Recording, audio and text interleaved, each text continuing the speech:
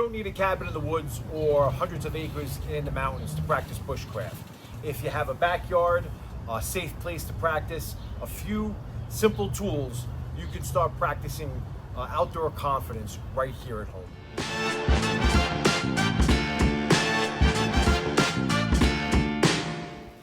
Hey guys, Justin with Backyard Bushcraft. So this is what Backyard Bushcraft is all about, right? We get to practice our skills here at the house or here in our yard where we're safe, and we don't really have to wait to find out when we're lost, cold, wet, and hungry in the woods to see what kind of skills we actually do possess or what kind of skills we don't possess, right?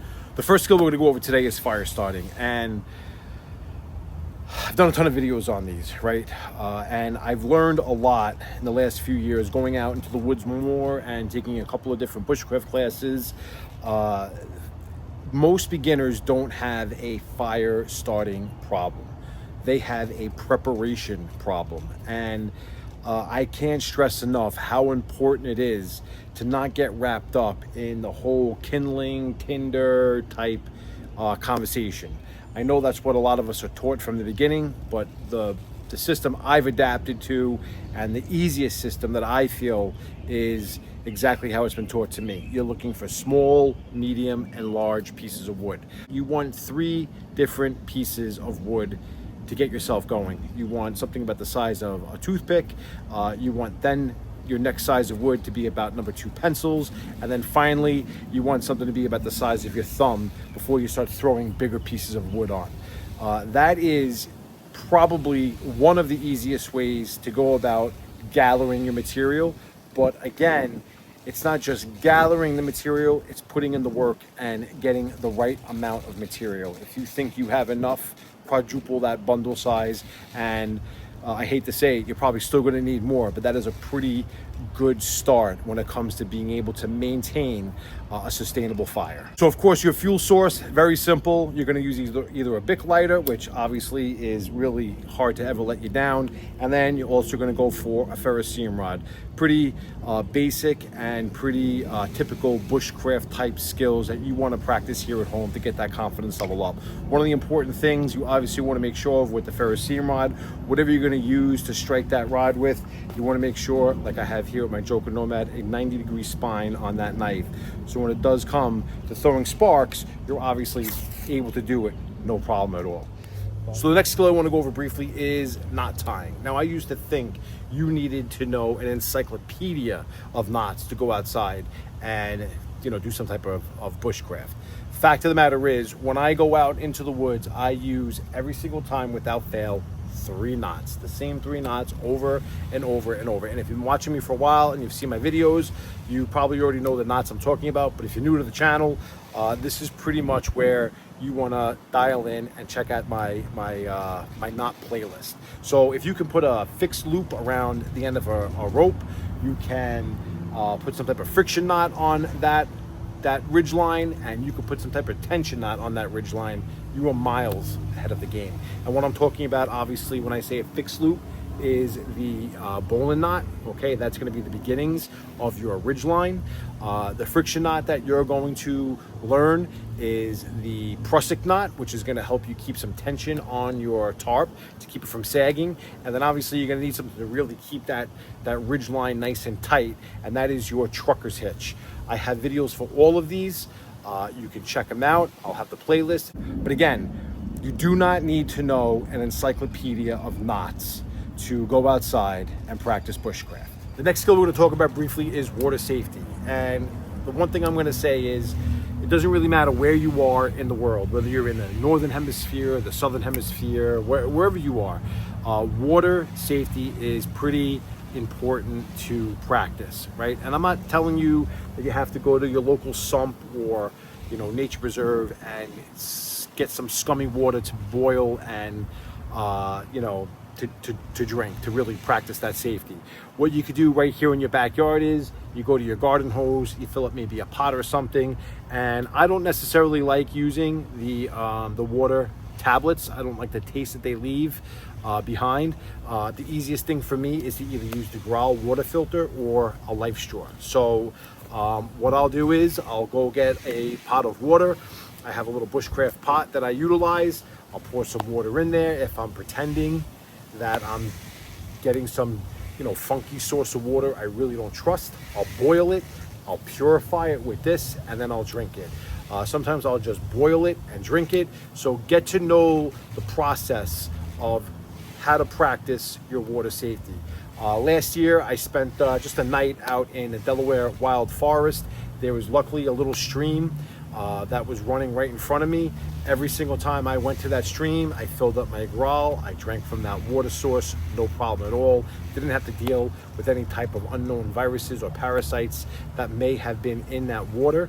And when it came to cooking, obviously it was pretty simple. I took that water, I boiled it, made my food, and again, no issues.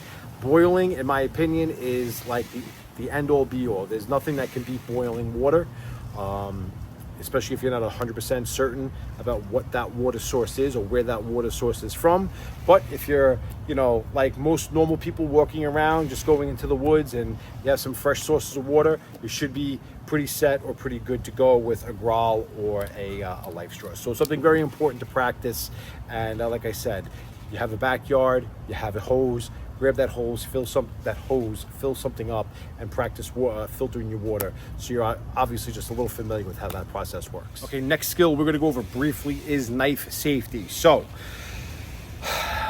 this should be the most boring practice that you have ever. You should not be rushing through this. You should not be trying anything fancy. This is something that you need to take serious.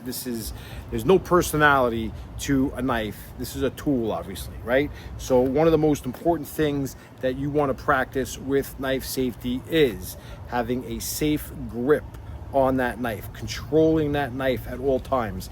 I don't care if you put the knife down 1,000 times for 1 minute. Every single time that knife goes down, it goes back into its sheath. This way it doesn't get damaged. More importantly, it doesn't hurt you. The second thing you want to practice when it comes to knife safety is controlled cuts. So what does that mean exactly? That means you want to cut away from you. You don't want to have the knife turn towards you and start pulling wood shavings towards you. You want to always have that knife pointed away from you, away from your body, and you want to have nice controlled cuts so you're keeping yourself away or out of harm's way from getting really injured. Because out in the woods, you get injured with one of these bad boys, that could be, that could turn into a survival situation just like that.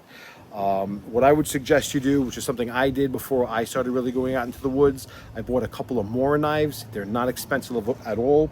This is a Joker Nomad. This is, about 250 bucks. The Mora knives, I think, are anywhere between like $18 to $25.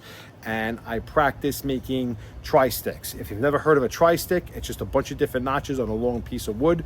It's a really good way to learn how to hold the knife, hold the wood, keep it to your side, keep it away from you. The last thing you want is to realize that you can't control the knife out in the woods. If you can't control the knife in your backyard, the last thing you want to try to control is the knife in the woods when you're tired, it's late at night, and you're trying to get something done, either for a camp project or for something that you need, like a tent stake to hold your shelter down.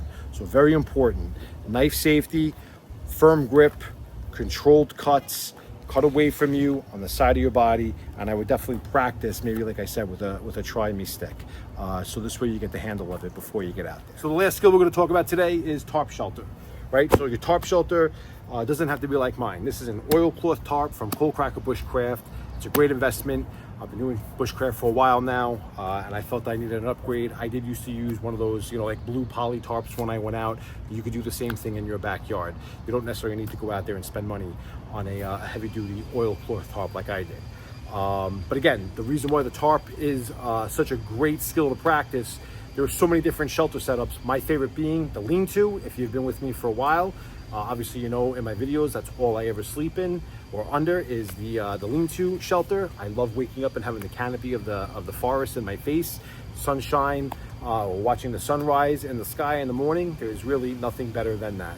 But along with your tarp, you're going to practice those knots. You're going to be able to practice your bowline knot to get that ridge line going. You're going to be able to practice your trucker's hitch to get that that line nice and tight, and then obviously you're going to be able to practice your prusik knot, which is going to keep that tarp nice and tight on that line and keep it from sagging.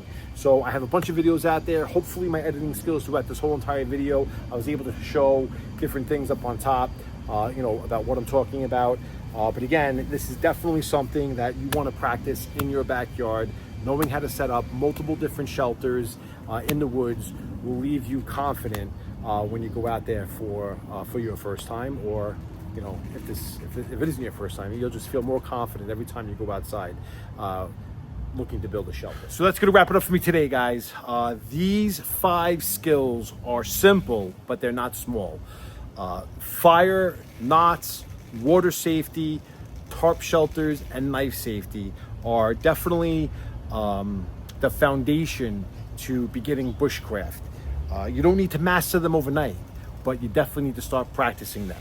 And what I suggest you do this week, maybe pick one skill, take 15 minutes every day or every other day, and really master that skill. So by the time you get to the next one, you have that one in the bag, and you're pretty confident when you go outside. And by all means, drop a comment, let me know which one you want me to dive into. Doesn't matter if I've done a video about it in the past. If you want me to focus on one particular skill, I have no problem doing that. So let me know how you feel.